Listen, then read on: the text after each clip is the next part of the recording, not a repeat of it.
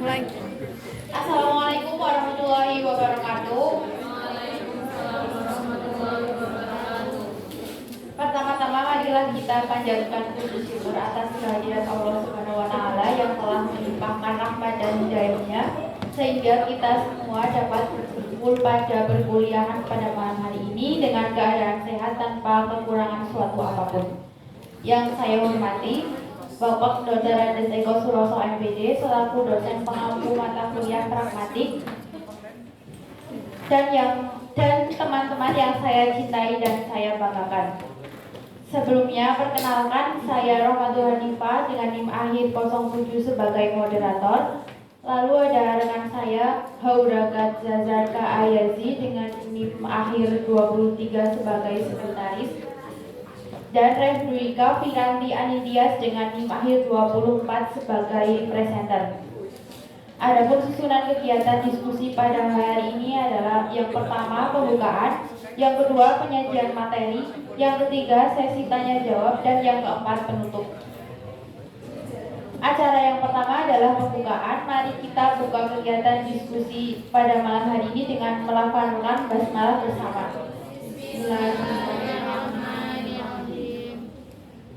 Selanjutnya acara yang kedua yaitu adalah pemaparan materi yang akan disampaikan oleh rekan saya Mbak Refduika Piranti Anindiyas. Kepada Mbak Refduika, waktu dan tempat saya persilakan.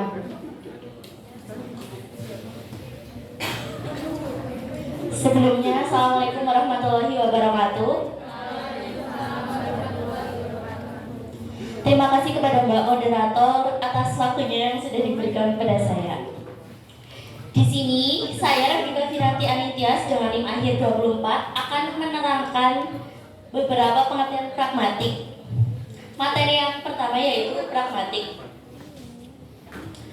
Menurut para ahli, yaitu ada Vihar 1996, pragmatik merupakan cabang ilmu linguistik yang membahas tentang apa yang termasuk struktur bahasa sebagai alat komunikasi.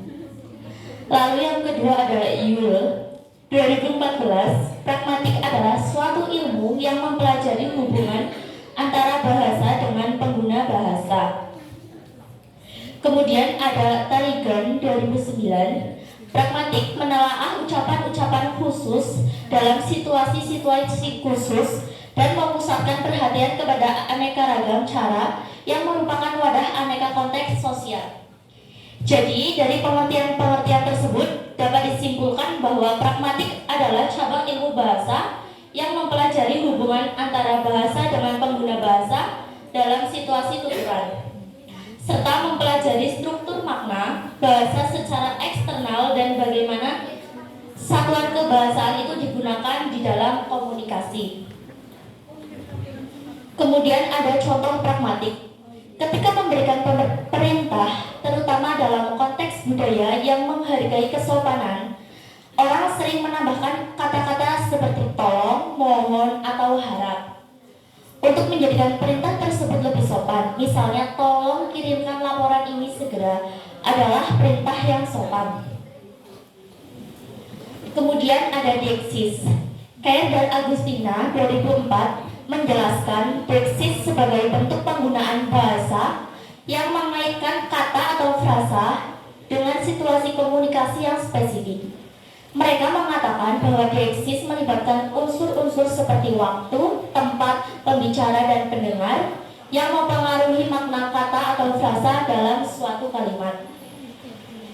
Lalu ada Sumarsono 2017 mengatakan deiksis sebagai kemampuan dalam bahasa untuk merujuk pada objek, waktu, dan tempat tertentu dalam konteks komunikasi. Ia menekankan bahwa deiksis sangat penting dalam memahami makna sebuah kalimat atau ucapan secara cepat. Nah, kemudian ada Chair 2009 menjelaskan deiksis sebagai konsep yang terkait dengan penggunaan kata atau frasa dalam bahasa yang menggantung pada konteks komunikasi. Ia menekankan peran faktor-faktor seperti waktu, tempat, dan pembicara dalam menentukan makna kata-kata deiksis. Jadi dapat disimpulkan, deiksis adalah konsep yang mengacu pada penggunaan kata atau frasa dalam bahasa yang bergantung pada faktor-faktor kontekstual atau situasional tertentu seperti waktu, tempat, pembicara, dan pendengar untuk memahami makna dengan tepat.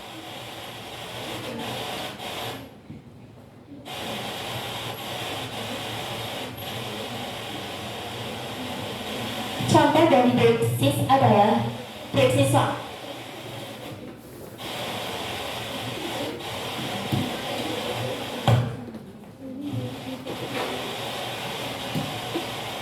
waktu itu yaitu contohnya kemarin, besok, dan sekarang. Lalu ada Brexit tempat, contohnya di sini, di sana, dan di depan. Kemudian ada tindak tutur. Menurut Sumarsono 2009, tindak tutur adalah penggunaan bahasa yang bergantung pada konteks situasi atau konteks pembicaraan dan dapat digunakan untuk menunjukkan orang, tempat, waktu, atau hal lain yang terkait dengan situasi tersebut. Menurut Care 2009, tindak tutur adalah tindakan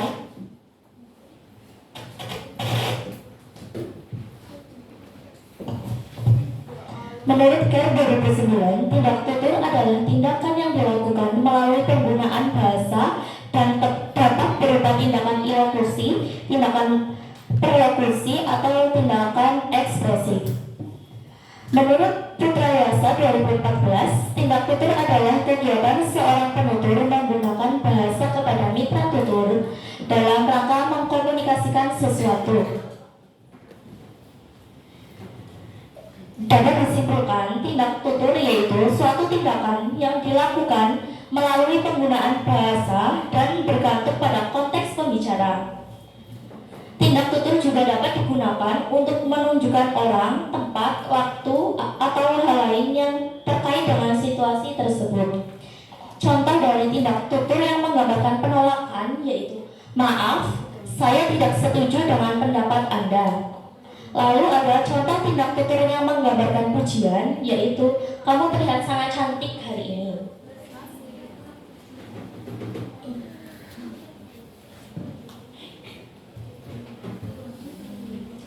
Kemudian ada implikatur.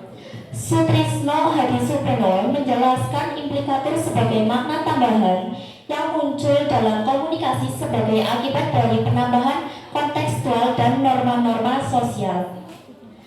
Kemudian ada Nur Hadi, seorang ahli linguistik Indonesia, menyatakan bahwa implikatur adalah makna yang muncul dalam bahasa sehari-hari yang tidak selalu terungkap dengan jelas dalam kalimat, tetapi dapat didefinisikan melalui analisis kontekstual dan norma-norma komunikasi. Lalu ada Sumarsono menjelaskan bahwa implikatur adalah makna tambahan yang ditemukan dalam komunikasi karena keterbatasan ekspresi bahasa yang tidak selalu mencakup semua informasi yang ingin disampaikan oleh pembicara. Implikatur seringkali muncul berdasarkan asumsi-asumsi yang diperoleh dari konteks komunikasi. Dari ketiga pengertian tersebut dapat disimpulkan bahwa implikatur adalah istilah dalam ilmu bahasa yang merujuk pada makna atau pesan yang terkandung dalam komunikasi yang tidak secara langsung dinyatakan oleh pembicara, tetapi dapat disimpulkan atau dipahami oleh pendengar berdasarkan konteks, asumsi, atau norma-norma komunikasi yang berlaku. Contoh dari implikatur yaitu, "Apakah kamu ingin makan malam?" adalah sebuah pertanyaan, tetapi dalam konteks yang tepat bisa mengandung implikator bahwa pembicara juga mengundang pendengar untuk makan bersama. Lalu ada, "Kamu belum memberikan uang pinjaman itu." Dalam konteks yang sesuai dapat diartikan sebagai permintaan agar uang tersebut segera dikembalikan. Kemudian ada peranggapan. Menurut Nababan 1987 halaman 46 memberikan pengertian mengenai peranggapan, yakni sebagai dasar atau penyimpulan dasar mengenai konteks dan situasi berbahasa atau menggunakan bahasa yang membuat bentuk bahasa atau kalimat atau ungkapan. Mempunyai makna bagi pendengar maupun penerima bahasa itu dan sebaliknya. Membantu pembicara menentukan bentuk-bentuk bahasa yang dapat dipakai untuk mengungkapkan makna atau pesan yang dimaksud. Dapat disimpulkan, peranggapan adalah dasar atau yang melibatkan konteks dan situasi berbahasa dalam komunikasi. Dengan kata lain, peranggapan membantu mengisi ruang makna yang tidak selalu diungkap melalui bahasa, tetapi penting dalam memahami pesan yang disampaikan dalam komunikasi. Menurut Cummings 2007 halaman 42 yang mengatakan bahwa peranggapan adalah asumsi-asumsi yang tersirat dalam mengungkapkan linguistik tertentu. Lalu ada menurut Ibrahim 1993 halaman 357 mengatakan bahwa peranggapan merupakan proposisi yang harus benar untuk beberapa kalimat atau ujaran agar bisa bermakna atau mungkin tepat. Contoh dari peranggapan yaitu ketika seorang mengatakan saya kembali, ada peranggapan bahwa orang tersebut telah pergi sebelumnya. Jika seorang berkata saya membaca buku itu, ada peranggapan bahwa buku tersebut ada di tempat yang bisa diakses atau bahwa buku tersebut telah dikenal sebelumnya dalam percakapan. Selanjutnya ada strategi tutur. Menurut Yule 2006 halaman 114, strategi tutur berkaitan dengan bagaimana cara seseorang menghasilkan tuturan yang menarik dan dapat dimengerti banyak orang dan dapat diterapkan dalam suatu kelompok maupun secara keseluruhan penutur sebagai suatu pilihan pada kejadian tertentu. Strategi tutur adalah cara atau tindakan yang digunakan oleh penutur dalam berkomunikasi untuk mencapai tujuan tertentu seperti mempengaruhi, meyakinkan, atau meminta maaf. Strategi tutur melibatkan penggunaan bahasa yang tepat dan sesuai dengan konteks dan situasi percakapan. Contoh dari strategi tutur yaitu bagaimana pendapatmu tentang perkembangan teknologi saat ini? Contoh tersebut merupakan pertanyaan terbuka. Terima kasih, sekian penyampaian materi dari saya. Mohon maaf apabila ada kesalahan. Wassalamualaikum warahmatullahi wabarakatuh.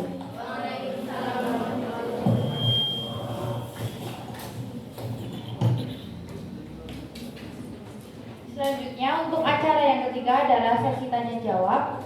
Kami persilahkan kepada teman-teman yang ingin bertanya, silakan menyebutkan nama dan NIM-nya.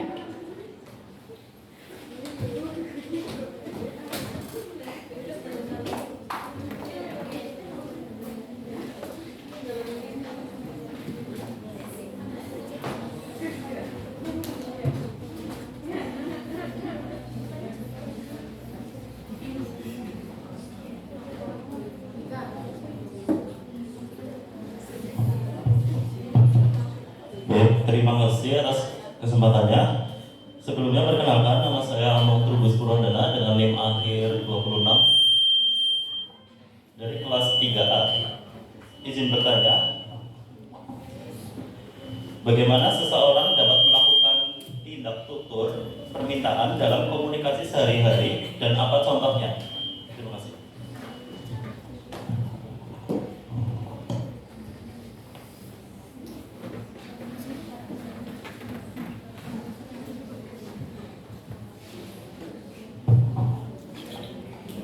Perkenalkan, saya Natasha Aulia Eludina dengan NIM 10 dari kelas 5A. Izin bertanya, bagaimana konteks berperan dalam pemahaman pragmatik dalam bahasa? Terima kasih.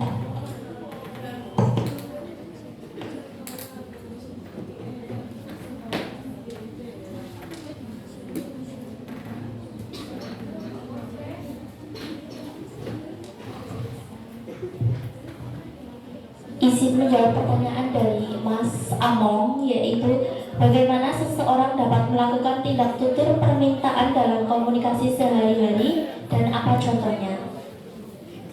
Tindak tutur permintaan adalah salah satu bentuk tindak tutur ilokusi yang digunakan dalam komunikasi sehari-hari untuk meminta atau memohon sesuatu kepada orang lain. Permintaan dapat dilakukan dalam berbagai cara dan dapat lebih atau kurang formal tergantung pada situasi dan hubungan antara individu. Contoh permintaan langsung yaitu tolong berikan saya gelas air. Lalu kemudian ada permintaan dengan kata mohon atau tolong. Untuk memberikan nuansa sopan, seseorang dapat menggunakan kata seperti mohon atau tolong sebelum permintaan. Contohnya, tolong bisakah kamu membantu saya mengangkat koper ini? Nah, seperti itu, Mas.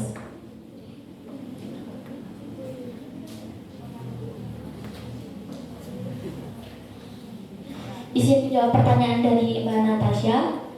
Pertanyaannya yaitu bagaimana konteks berperan dalam pemahaman pragmatik dalam bahasa.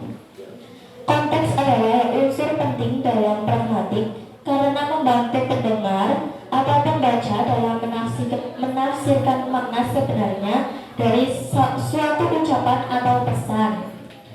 Konteks dapat mencakup beberapa hal yaitu konteks linguistik, konteks situasional, konteks pragmatik. Dengan memperhitungkan semua aspek konteks ini, seseorang dapat menguraikan makna sebenarnya dari sebuah pernyataan atau pesan dalam situasi komunikasi tertentu. Seperti itu, Mbak Natasha.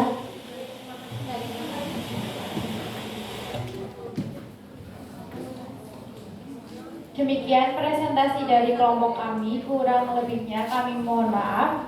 Mari kita tutup dengan bacaan hamdalah bersama-sama. Terima kasih. Wassalamualaikum warahmatullahi wabarakatuh.